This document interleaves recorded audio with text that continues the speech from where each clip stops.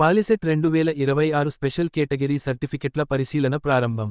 Vijayawada, Mogalrajapuram, POLYCET 2026 ప్రవేశ పరీక్షలో ర్యాంకులు సాధించిన స్పెషల్ కేటగిరీ అభ్యర్థులైన ఎన్సీసీ, క్యాప్, ఆంగ్లో ఇండియన్స్, దివ్యాంగుల ర్యాంకర్ల సర్టిఫికెట్ల పరిశీలన ప్రక్రియ, నగరంలోని ప్రభుత్వ పాలిటెక్నిక్ కళాశాల ఆవరణలో ఏర్పాటు చేసిన హెల్ప్ లైన్ సెంటర్లో సోమవారం నుంచి ప్రారంభం కానుంది. సోమవారం, NCC, children's for armed persons అంటే క్యాప్ కేటగిరీకి చెందిన అభ్యర్థులకు 1 నుంచి 60,000 ర్యాంకు వరకు ఉన్న వారి సర్టిఫికెట్లను పరిశీలించనున్నారు.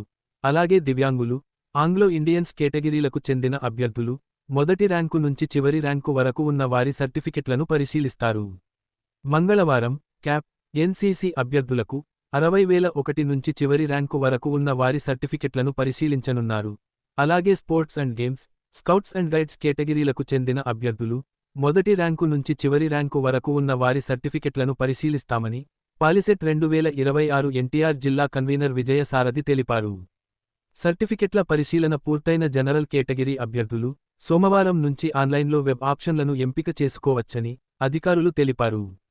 కౌన్సిలింగ్ రిజిస్ట్రేషన్ కోసం సంప్రదించండి. Gemini internet, Dhanalakshmi road, Hindupuram.